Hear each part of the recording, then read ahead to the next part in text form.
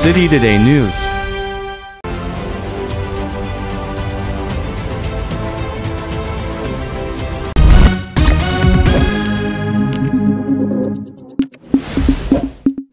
ममता बनर्जी द्वारा आसनसोल के सांसद शत्रुघ्न सिन्हा को पुनः आसनसोल लोकसभा के टीएमसी का उम्मीदवार बनाने की घोषणा के बाद राजनीतिक पारा चढ़ गया है। विशेषकर बीजेपी लगातार मुखर हो गई है। बीते दिन बीजेपी विधायक अग्निमित्रा पॉल ने मोर्चा खोला था। वहीं रविवार को पूर्व मेयर जितेंद्र तिवारी ने अपने आवासीय कार्यालय में प्रेस वार्ता कर शत्रुघ्न सिन्हा को प्रत्याशी बनाए जाने को लेकर अपनी प्रतिक्रिया व्यक्त की। उन्होंने कहा कि टीएमसी द्वारा उस व्यक्ति को प्रत्याशी बनाया गया जो अवसरवादी है, जिनका अंतिम पसंद आसनसोल है। उन्होंने कहा कि 15 जनवरी 2024 को शत्रुघ्न सिन्हा के अपने एक हैंडल पर एक पोस्ट किया था, जिसमें उन्होंने कहा था कि हिंदुस्तान में भाजपा के खिलाफ अगर कोई दो युवा नेता बड़ा आंदोलन या बड़ा प्रतिरोध खड़ा कर सकते हैं तो वो कांग्रेस के राहुल गांधी और राष्ट्रीय जनता दल के तेजस्वी यादव हैं। जितेंद्र तिवारी ने कहा कि ये ट्विटर टीएमसी के सांसद रहते हुए किए हैं। वे अभिषेक बनर्जी का नाम नहीं लिए क्योंकि तब शत्रुघ्न सिन्हा की ख्वाहिश थी कि वो आने वाले लोकसभा चुनाव में कांग्रेस और राष्ट्रीय जनता दल का हाथ पकड़कर बिहार से चुनाव लड़ेंगे। इस वजह से उन्होंने कांग्रेस और राष्ट्रीय जनता दल के नेताओं की तारीफ की। लेकिन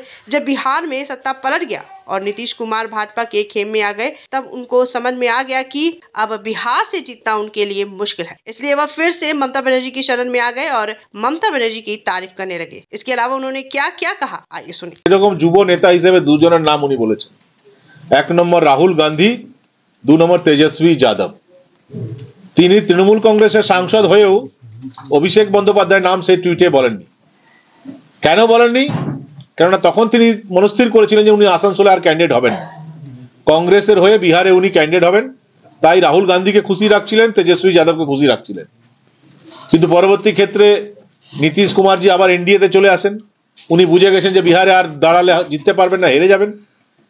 আবার দিদির পাশে চলে এলেন এবং দিদি ওনাকে মঞ্চে বসিয়ে রাহুল গান্ধীকে গালাগালি করে দিলেন এবং আবার শত্রুঘ্ন সিনহাজি চলে এসেছেন আসানসোলে আবার ক্যান্ডিডেট হবেন। আমরা ওনাকে জিজ্ঞেস করতে চাই যে বাবুল সুপ্রিয় যখন এখানে এমপি হয়েছিলেন, তারপর বাবুল সুপ্রিয় আসানসোলের মানুষ হওয়ার চেষ্টা করেছিলেন। মহিশিলা কলোনিতে একটা বাড়ি নিয়েছিলেন, ভোটার লিস্টে আসানসোলের নাম তুলেছিলেন। শত্রুঘ্ন সিনহাজি 2 বছর হলো একবারও আসানসোলের নাম তুলেছেন আজ পর্যন্ত? আসানসোলে একটা বাড়ি নেওয়ার চেষ্টা করেছেন সেখানে উনি থাকবেন? 2 বছরে উনি আমেরিকা নিয়ে কথা বলেছেন, ইরাকে নিয়ে কথা বলেছেন, পাকিস্তানে নিয়ে কথা বলেছেন, রাশিয়া নিয়ে কথা বলেছেন। আসানসোলের নিয়ে পার্লামেন্টে একবারও কথা বলার উনি সময় পাননি।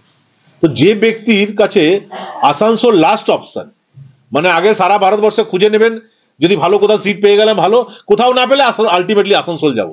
আসানসোলে মানুষ এত ফেল না নাকি? তো যে নেতার কাছে আসানসোল লাস্ট অপশন, আসানসোল জনগণের কাছেও সে নেতা লাস্ট অপশন থাকবে। আমরা আসানসোলের জনগণকে রিকোয়েস্ট করছি যে এই ব্যক্তি স্বার্থপর ব্যক্তি, এ সারা ভারতবর্ষে আগে ঘুরেছে, অন্য কোথাও যখন স্থান পায়নি তখন আসানসোলে চলে এসছে এবং আসানসোলের মানুষকে বোকা ভাবছে যে 2 বছর আসানসোলের মানুষের কথা মনে ছিল না। একবারও পার্লামেন্টে আসানসোলের কোনো প্রশ্ন উনি তোলেননি, আসানসোলের ডেভেলপমেন্টের কথা তোলেননি। আবার অন্য জায়গায় সিট পাচ্ছেন না বলে আসানসোলে চলে এলেন, আর আসানসোলের মানুষ ওনার বাঁধা গোলাম, উনি চাইলে আবার ওনাকে ভোট দিয়ে দেবে। আসানসোলের মানুষ এবার ওনাকে প্রত্যাখ্যান করুক, এই আবেদন আমরা করছি। কেননা উনি আসানসোলকে ভালোবাসেন না, আসানসোলের জনগণকে ভালোবাসেন। মানে তিনি তৃণমূল কংগ্রেসের সাংসদ, দুজন যুব নেতা হিসাবে তিনি রাহুল গান্ধীর নাম করলেন, তেজস্বী যাদবের নাম করলেন, অভিষেক বন্দ্যোপাধ্যায়ের নাম তিনি কিন্তু করলেন না যে হ্যাঁ অভিষেক বন্দ্যোপাধ্যায় বিজেপি বিরোধী একটা ভালো লিডার। কেন করলেন না?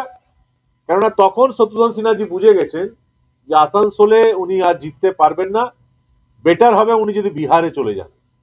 এবং তখন কংগ্রেস এবং আরজেডির সঙ্গে ওনার আলোচনা স্টার্ট হয়ে গেছে যে বিহারে কোনো কেন্দ্র থেকে তিনি ক্যান্ডিডেট হবেন এবং সে কারণে তখন কংগ্রেস নেতা এবং আরজেডি নেতাদের খুব নাম করছেন উনি। তার কয়েকদিন পর বিহারে আপনারা দেখলেন যে বিহারে কিন্তু পাওয়ার শিফট হলো এবং আরজেডি সরে গেল এবং নীতিশ কুমারজি এবং এনডিএ তে চলে এলেন এবং এনডিএ জোট ওখানে আবার সরকার করেছে। যখন এই ঘটনা ঘটলো উনি বুঝতে পারলেন যে আর এবার বিহারে গেলে আমি জিততে পারবো না। আবার উনি চলে এলেন কার কাছে? দিদির কাছে। এবং যেদিন ধর্ণা মঞ্চ ছিল কলকাতায়, যেদিন ধর্ণা মঞ্চে উনি উপস্থিত ছিলেন দিদির পাশে, সেদিন ওনার উপস্থিতিতে মমতা বন্দ্যোপাধ্যায় সবচেয়ে বেশি যদি কারো সমালোচনা করলেন সেটা রাহুল গান্ধী কংগ্রেসের। যে রাহুল গান্ধীকে উনি বলছেন ইউথ আইকন, বিজেপি বিরুদ্ধে লড়ার মূল আইকন রাহুল গান্ধী, তার বিরুদ্ধে সবচেয়ে বেশি কথা কে বলছেন? মমতা বন্দ্যোপাধ্যায়। পাশে কে বসে আছেন? শত্রুঘ্ন সিনহা। কদিন আগে ওই রাহুল গান্ধীর পক্ষে কে বললেন? শত্রুঘ্ন সিনহা। মানে যখন কংগ্রেসের টিকিটে দাঁড়ানোর ব্যাপার ছিল তখন রাহুল গান্ধী ভালো, তেজস্বী যাদব ভালো। যখন বুঝে গেলেন যে বিহারে আর জেতা যাবে না, এবার মমতা বন্দ্যোপাধ্যায়ের কাছে আবার আসতে হবে, তখন এতটা হজম করলেন যে ওনার পাশে বসিয়ে মমতা বন্দ্যোপাধ্যায় রাহুল গান্ধীকে যা যা বলার না সেটাও বললেন, সেটা উনি হজম করলেন এবং ওনাকে আবার এখানে প্রার্থী করা হয়েছে। না, বাধ্যবাধকতা আছে। ওনারা মমতা বন্দ্যোপাধ্যায় মনে ওনার নিজের গ্রুপের লড়াই আছে, এখানে অনেক রকম গ্রুপ আছে, 3-4টা গ্রুপ আছে, তো ভাবছেন যে বাইরে থেকে কাউকে পাঠানো সব গ্রুপ একসঙ্গে কাজ করবে, সেই জন্য পাঠাচ্ছেন। হয়তো তৃণমূলে তো গ্রুপ আছে না, দেখুন একটা দেখুন কয়েকদিন আগে মাননীয় মন্ত্রী মলয় ঘটক একটা সবলা মেলা উদ্বোধন করলেন। সেদিন বললেন যে আসানসোলের জনগণকে উনি আবেদন করলেন যে আসুন সবাই মিলে সবলা মেলায় কেনাকাটা করুন। সবলা মেলার বাইরে এত নোংরা পড়ে আছে, এত নোংরা পড়ে আছে, কর্পোরেশন পরিষ্কার করছে না। যেহেতু মলয় ঘটক সেটা ওপেনিং করেছেন, আসানসোল কর্পোরেশনটা পরিষ্কার করছে না। এদের নিজেদের মধ্যে এত গ্রুপ আছে, এই গ্রুপের কারণে আসানসোল মানুষকে ভোগ করতে হচ্ছে। মমতা বন্দ্যোপাধ্যায় মনে করেছে এদের গ্রুপে লড়াই ভালো হবে, বাইরে একটা লোককে পাঠিয়ে দেবো, হয়তো আবার সবাই ওর হয়ে কাজ করবে। কিন্তু আসানসোলে মানুষ তো আর বুঝে গেছে সব, আর